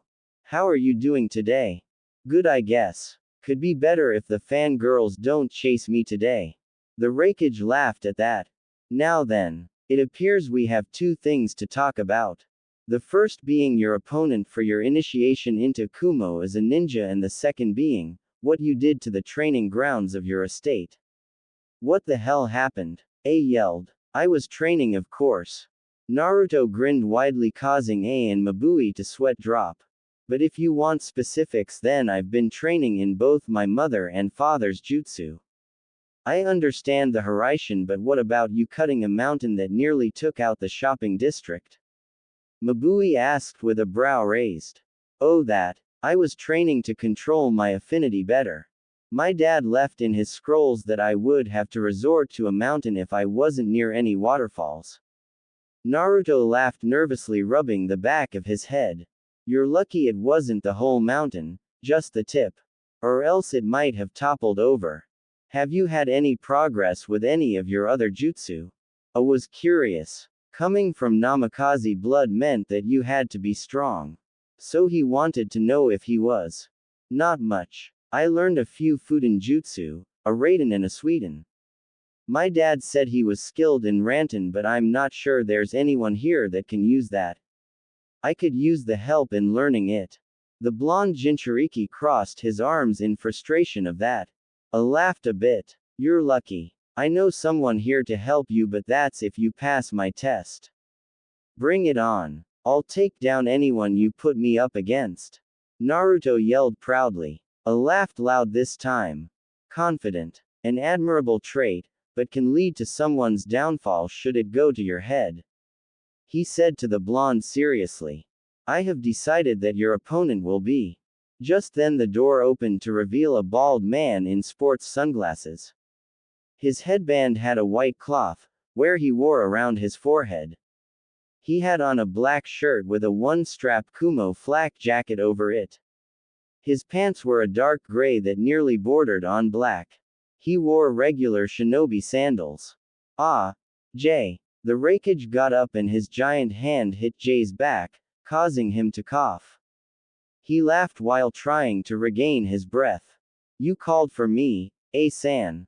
Right. I said sitting down. I need you to fight this little guy right here. He pointed to Naruto. Little. Jay looked at the spiky-haired blonde standing next to him. He looked back at the Raikage with a raised eyebrow. Why? I want to see if he is Kumo material. You're a proficient chunin, so if you win, I might consider promoting you to Jonin. I offered. Jay immediately perked up to the idea. I gladly accept. I'll make you proud, sir. Good. Then let's head to where you'll be fighting. I walked out the door and led them to the Kumo Coliseum. This place was a huge, wide circular structure with no roof. It was held by pillars that circled the entire monument. $5 to see who guesses what this is in real life. When Naruto entered, he saw crowds of people yelling from the seats they were in inside the Coliseum. Most of the population was dark-skinned, something that didn't surprise him. What did surprise him were the signs that some people made. Some were for him while others were against him and going for Jay. He smiled at that. Oh, and just as a note in case anyone asks, the Raikage didn't tell Jay so that he would be surprised. But the people found out and got prepared. There you go. People of Kumo. You are here today to bear witness a fight that is very rare for us to see. A Namikaze in action. A yelled after the crowd grew quiet. This young man right here is the last living member of the clan and has decided to make our home his home.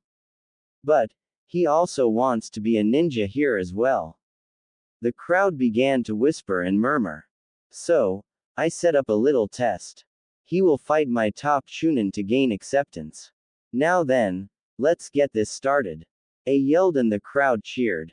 He disappeared and left the two alone. Naruto stared at the man in glasses. Good luck, Jay-san. And got into his fighting stance. The dark-skinned man smiled, nodded, and went into his own. Begin. As soon as they heard that, they ran at each other with a kunai. The blades clashed and they were inches away from each other's faces. You're pretty strong for a kid, Jay said to the blonde. Naruto just smiled. Deception is a ninja's greatest enemy, he said and poofed out of existence. That made Jay shocked. When did he have time to create a Kage Bunshin? I didn't even see him use the seal. I'll have to watch out for this guy, he thought as he stood in a ready stance while moving his eyes from side to side. The crowd grew quiet to see what was going to happen. The chunin had no idea where his opponent was, it was like he just disappeared. But that thought went to hell as soon as he heard one thing. Rasengan. Naruto yelled as he was coming at Jay from both of his sides and above. Shit, he said as he was barely able to dodge by jumping ahead. He quickly turned around and began to make hand seals. He ended with the snake seal and took out his sword, raising it into the air. Ninpo. Ryaru no Tatsumaki. A bolt of lightning hit Jay's sword and an electrical current was flowing around him. Then the chakra around the sword grew dense. He slashed his sword toward the falling trio of Naruto and a dragon came out of the sword. Naruto saw the attack coming but couldn't really do anything about it. Damn it. I should have attacked from all directions so he wouldn't have had the chance to do that. Well, I guess it's time to bust a new move. Naruto, the one that was aiming at Jay's back, dispelled his clones and began making seals. Raiden no Yoroi, and lightning flowed around Naruto. It became dense but Naruto was still visible. The dragon went ahead and attacked Naruto and an explosion occurred. It shook the arena and the people nearly fell out of their seats. Hey, I told you to fight, not break the arena. The Raikage yelled at the standing Jay, who just rubbed the back of his head. Sorry about that, Raikage-sama. Stop calling me that, damn it. The smoke cleared and Naruto was still standing. The lightning that flowed around him crackled and he just stood with his arms folded and smirking. Is that all you got? Not bad at the Raiden no Yoroi, kid. Almost as good as Sans. Then how about we switch it up? Jay said as he got into a kenjutsu stance. He simply held his swords at the handle with both hands and held in front of him. He then separated his legs, almost like squatting, and waited for Naruto. Kenjutsu, huh, I haven't gotten much down but I'll give it a shot. Naruto said as he pulled out the black blade that he got only a few days prior. The crowd was excited to say the least.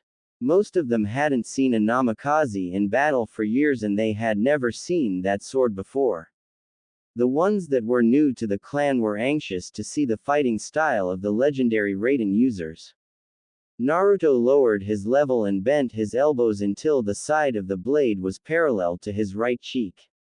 But he didn't end there. A clone appeared on each side of him and that made Jay raise his brow.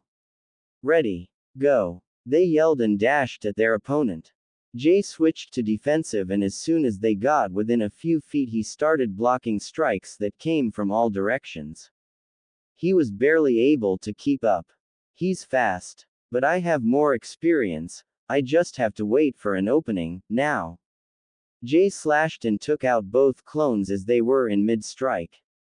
But he missed the real one, who had again disappeared from his view. Where did he go? The dark-skinned swordsman asked. He was wondering why Naruto didn't just get him right there since he had an opening. He would have won the match had he done so. So why did he just disappear? Jay looked around and then looked up and his eyes widened. Naruto was in the air making hand seals and ended the chain with the bird. Suiryuden no Jutsu. Water appeared around him and soon took into the form of his own dragon. It began to crash down at the Chunin he was facing. Not this time. Jay yelled and made the snake seal. Raiden. Jion. He held his right arm into the air and lightning shot out of it. It was the natural enemy of water so it went right through the dragon and hit its mark. Naruto's eyes widened as he saw the attack coming. He could do nothing as he was now being electrocuted and yelling. When the jutsu was over, he began falling to the ground. He would have landed on his head but he was still conscious so he flipped his body and landed on a knee. He was breathing heavy now. Damn, that one took a lot out of me. And using all of this chakra isn't good either. Good thing I still have one more trick up my sleeve. He smirked to himself. Jay was breathing hard now as well. But he was still standing. He didn't have a large chakra supply but he did have incredible stamina. He slowly walked over to Naruto with his blade in hand and held it to the blonde's neck.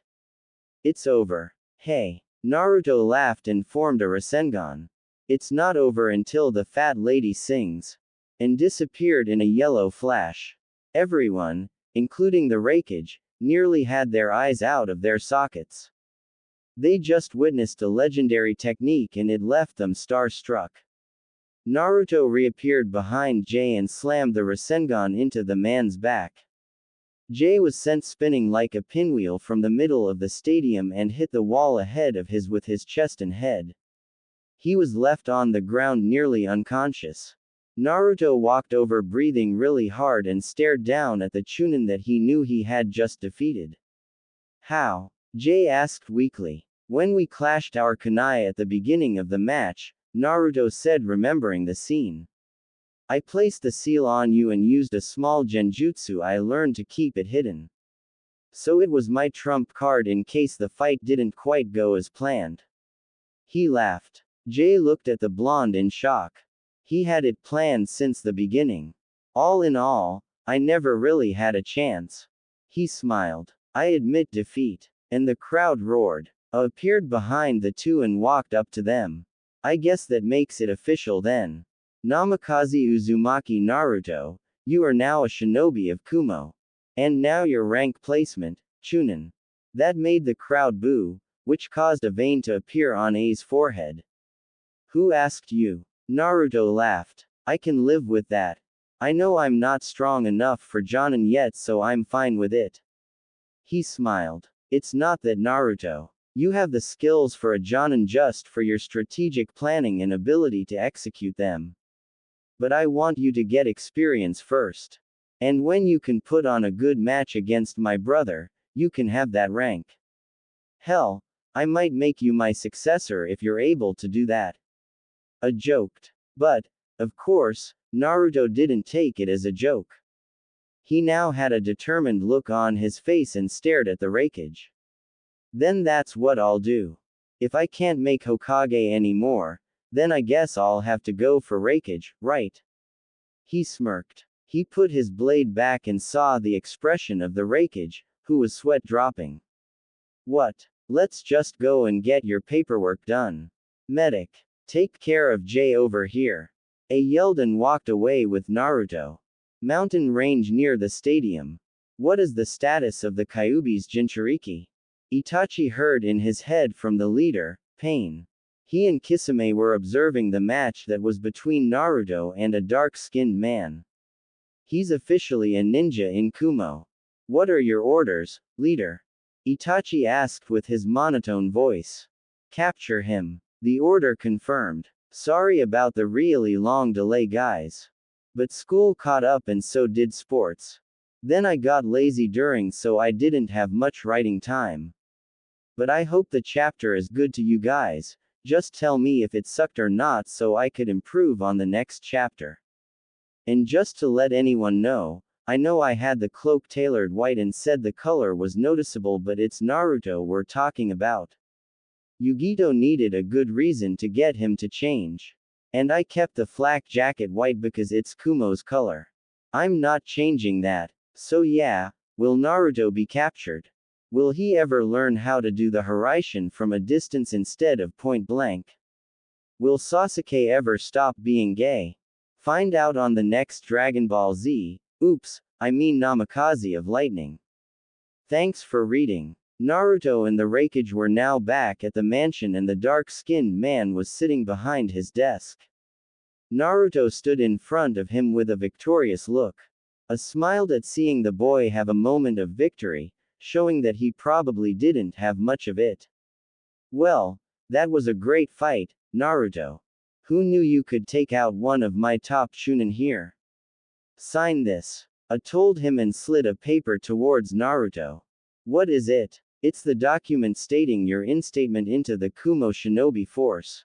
It's all just formalities that we have to do because of our council. I said to him and Naruto nodded, and then he signed. The Kage picked up the paper and looked at the signature and smiled. He threw him a Kumo headband with a black cloth and saw the boy put it on. Welcome to our ninja world, Naruto. I'm sure you'll be a great asset to us. Now then, I would like to discuss your training. Naruto looked sheepish for a second. What exactly happened when you decided to try and cut a mountain? A yelled. Raikage-sama, keep your voice down or you'll break the windows. Mabui, his assistant, yelled at him. Now it was A's turn to look sheepish. Naruto found that funny and laughed. What's so funny, brat? I can have you on D-ranked mission for a while if you want. Now tell me what it was you were doing. A said, calming down a bit. Naruto crossed his arms on his chest and looked at his new leader. Well, I was practicing in my wind element. I found some scrolls that my father gave me to practice with. It said that if I couldn't find a waterfall, then I should try a mountain, at least cut deep enough that would seem satisfactory. He said he didn't want me blamed for crushing a village during training. I laughed at that. But what exactly does cutting a mountain gain you? It's wind manipulation training. If I do this, then I will be able to use the element during battle, and that would be a huge advantage. But it's still slow coming and won't probably be mastered for another few days. Naruto sighed. A few days. But that's impossible. Element manipulation takes years to master no matter what blood you carry. I was shocked. This boy thought he could do such a thing in a few days. Preposterous. Naruto just shrugged. Not with my method. I recently learned that whatever my Kage Bunshin learn, I do as well. They are able to pass on their knowledge to me. Like, if I send a clone to train in mastering my Rasengan with one hand and I dispel him, then I would be able to do just that. Since I can make hundreds of clones, maybe even thousands, without exhausting myself, then I could learn a jutsu that would take people months in a couple weeks. Simple as that. It's basically a way for me to get stronger, faster. But the only thing it doesn't work with is muscle memory. So I can't use it to get faster or stronger. I need to do that on my own. I was astonished. The blonde in front of him was definitely more knowledgeable than he first thought. Can this method work for anyone else? It could really help us out. I asked, curious. I think it could work for Yugito-chan since she probably has large chakra reserves like I do. Does she? Naruto asked him and got a replied nod. Then she should, provided her chakra is dense enough to maintain the clones during training. I just smirked and laughed at what he heard. You're more than meets the eye, Naruto. I didn't peg you for the smart type, no offense. Naruto just shrugged and smiled. It's fine. I know how I look to everyone, so I'm used to taking things like that. What changed? Mabui asked. Leaving Konoha for one. But honestly, I'm not that smart. I've used this jutsu for years, so I should be able to explain some things even if I only learned about the memory thing recently. I just don't like to let myself seem this way so that my enemy will underestimate me. Deceptive. Good battle strategy. I'll make sure to keep you out of the bingo books to implement that. Now then, I noticed that you also mastered the Hiraishin, very impressive. And what's more, you can do the Raiden no Yoroi. How did you learn that one? I asked with a curious yet serious tone. Naruto looked at the man with an impassive face. He didn't want to let the man think that he somehow obtained it through illegal means. He didn't actually. Well, first off with the Hiraishin, I kind of got lucky. That caused Mabui and A to fall on their heads all of a sudden. A got back into his chair and looked at the blonde Jinchuriki with a shocked face. You don't get lucky with jutsu like that, kid. How did you use it? He asked. I've actually been practicing it since I left from Konoha. I used Kage Bunshin to train while I was either taking a break or sleeping. I even fought some guy that attacked me one night while they trained. Thank Kami I have large chakra reserves. The guy would have killed me otherwise. Naruto laughed and a sweat dropped. Only he would laugh at something like his own death. A thought. Continue. The scroll said that it took him about 4 years to create it and another half year to master it. But since my father left me notes, it's taking me much less time. Especially with Kage Bunshin. But still it's going to take a while to master it. When I said I got lucky that one time, I meant it. Jay was at a short distance and didn't have to go very far. If I was any further, well, I don't want to talk about it. I stared at the young Namikaze and smirked. Alright. Then how about the Raiden no Yoroi? That jutsu was personally created by me and I don't remember teaching anyone that jutsu.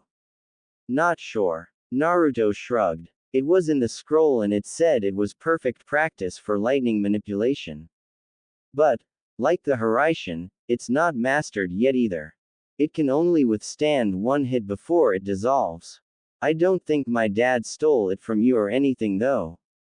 That was when A's eyes perked up. He remembered giving some notes to the Namikaze a few months before the eradication on that very jutsu. That Minato guy must be some kind of genius to get the Raiden no Yoroi to such a level on notes alone.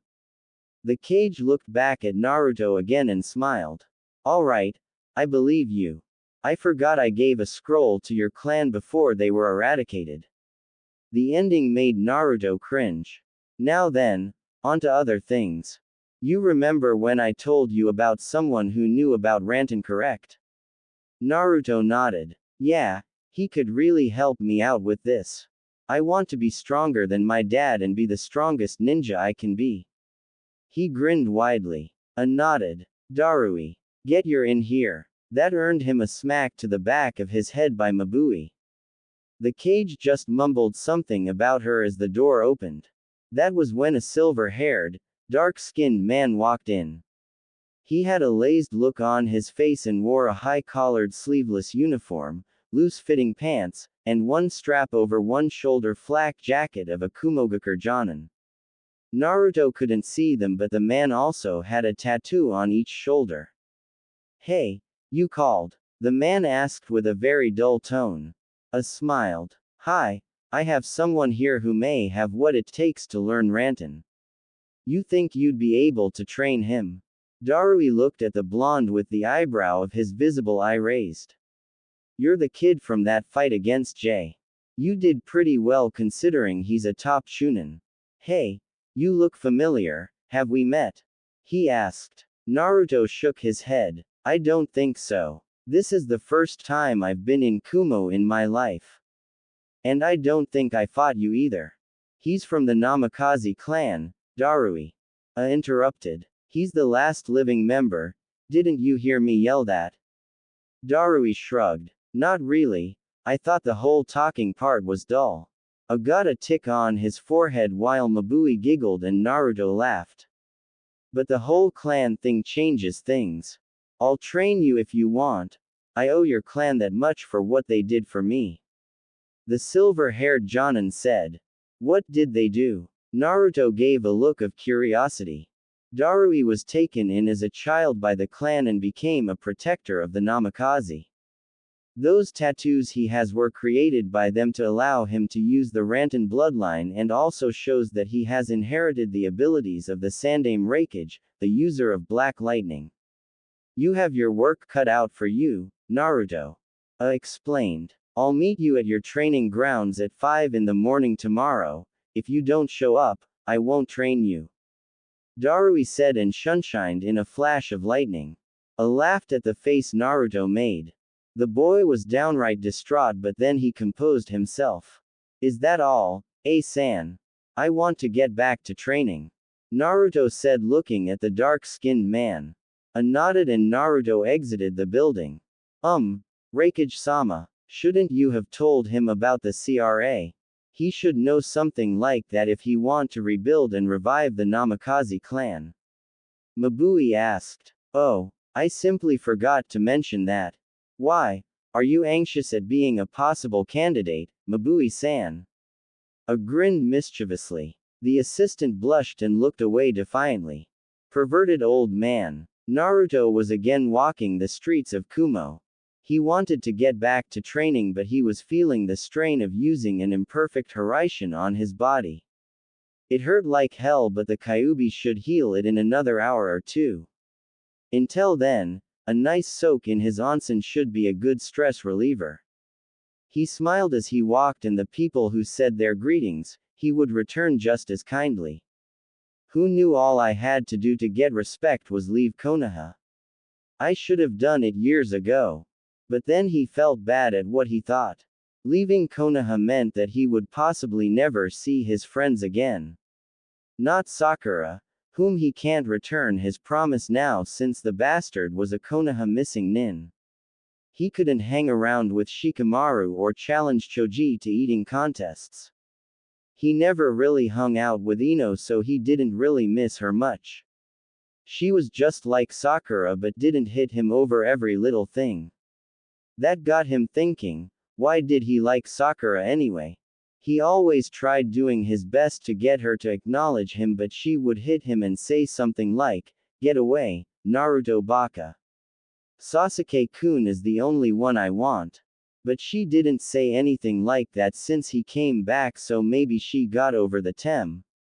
Naruto sighed and found himself in front of his mansion. His senses were running wild. That wouldn't be a problem, normally. But his door was open and it was quiet. Something he didn't particularly like. He crept inside his house to find nothing but darkness. I need to find something that can allow only people I trust in here. Like a blood seal or something. Taking out a kunai, he walked further. He tried sensing different chakra signatures, but he was never a sensor type. But he did know that there was someone in the mansion. His gut just told him. When he got into his living room, the lights turned on and he threw his kunai as they yelled something he's never heard before. Surprise! A small group of Kumo ninja were around the living room looking at him in shock. Well, only one was, and that was Omoi. The kunai nearly embedded itself into his skull. It was protruding from the wall he was leaning against. Karui looked at her teammate and began laughing her off. That was followed by everyone else joining in, Omoi himself included, and left a confused-looking Naruto. Yugito stepped up to him, wiping a tear from her eye from laughing so much. That was classic, Naruto-san. But didn't the Raikage tell you that we were in here? She asked with a brow raised. Naruto shook his head and the kunoichi sighed. She figured something like that. Leave it up to B's brother to try and get one of his own shinobi killed. What's all this about, anyway? Naruto asked. Oh, it's your victory party, of course. She smiled. A party? For me? But why? He kept asking questions. He didn't know why people he hadn't known that long would do something like this. No one ever threw him a party, not even on his birthdays. For becoming one of us, Gaki. It was Jay's idea. Said it would be a good welcoming, and he says congratulations by the way. Yugito-sensei was the one that gathered all of us and here we are. Karui said. Naruto smiled in pure happiness. He rubbed the back of his head and looked at the ground. Arigato, Yugito-chan. Chan. Everyone yelled. A blonde man was snickering. Hey, Yugito. I didn't know you liked new guys that much. Is it from your hot attitude? Shut it, Atsui. Yugito yelled, blushing. What's wrong, kitten? You know you just want to get him in bed and just ravish him all night long. The Nibby laughed. She always got a kick at messing with her container. Nibby. He's not my type. I hardly even know him, anyway. Oh, we could get to know him all right. That just made Yugito turn red before she was brought back to reality. Anyway, Naruto, I'd like you to meet some people. Getting to know your allies is always a smart thing to do. She motioned him to Atsui and a fair-skinned woman with a very large bust. These two are Atsui and Samui. She pointed at the man and the woman. Naruto smiled and bumped fists with Atsui. And when he turned to look at Samui, he gaped. She was obviously very beautiful. She had straight blonde hair and blue eyes. Her attire was a little revealing.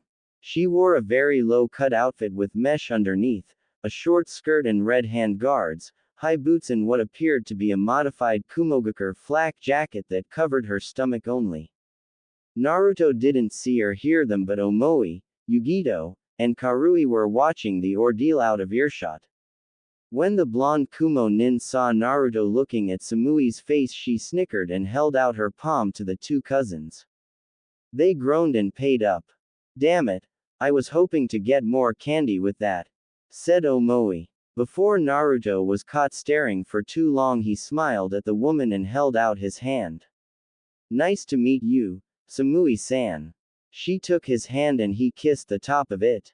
After that he grinned at her while she just stared at the boy in shock.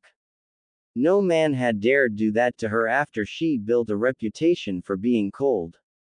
She wasn't really, but she was the quiet type who only offered insight when needed.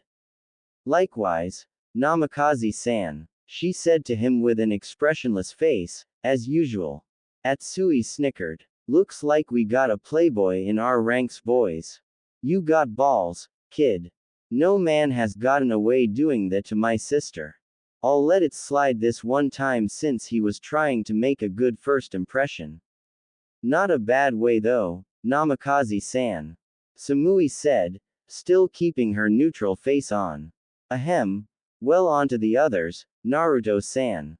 Yugito interrupted with a hint of jealousy in her voice.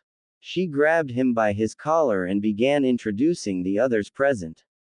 After getting to know everyone a bit, they all left and gave him one last congratulations before he was left alone with Yugito. She was smiling at him and he wondered why she didn't leave. She unrolled a scroll on the floor and unsealed his flak jacket. He smiled at the action, completely forgetting about it. Here. It should still fit you. She handed it to him while he took off his cloak. Yugito used this opportunity to get a look at his muscles before handing him the jacket. Oh, so Kitten likes what she sees. You could take him now. Just tell him you want to give him another present and lead him upstairs. Nibi insisted. Quiet, you horny feline. Yugito fired back. How's it look? Naruto asked with his arms showing her his look. She blushed a bit and smiled. Looking good. But, I've got to go, so I'll leave you with one last present. She said, giving him a peck on the cheek, and left the mansion. Naruto just stood there holding his cheek with a blush and open mouth. I'm really starting to like it here. He laughed. Outside of Kumo 2 days later. I don't get it, Itachi. We were ordered to get the Kyuubi brats, so why aren't we down there? Kitsune asked as he sat in a cave with the Uchiha. I received intel that my foolish little brother is coming to Kumo to try and kill him. I wish to see what skills he has gained and to see if my brother's hate is strong enough. Besides, Sasuke can tire Naruto-kun out and we can get him. Itachi explained. Kitsune grinned evilly. And here I thought you wanted to stage a coup against Leader Sama. But now that you mention that, that means I can get a crack at the snake Tem. Samahata should be happy feasting on his chakra. Itachi nodded. Don't get overconfident, Kitsune. He's not a Sannin just for show, but it should be interesting to watch. Do you think that Naruto-kun has gotten any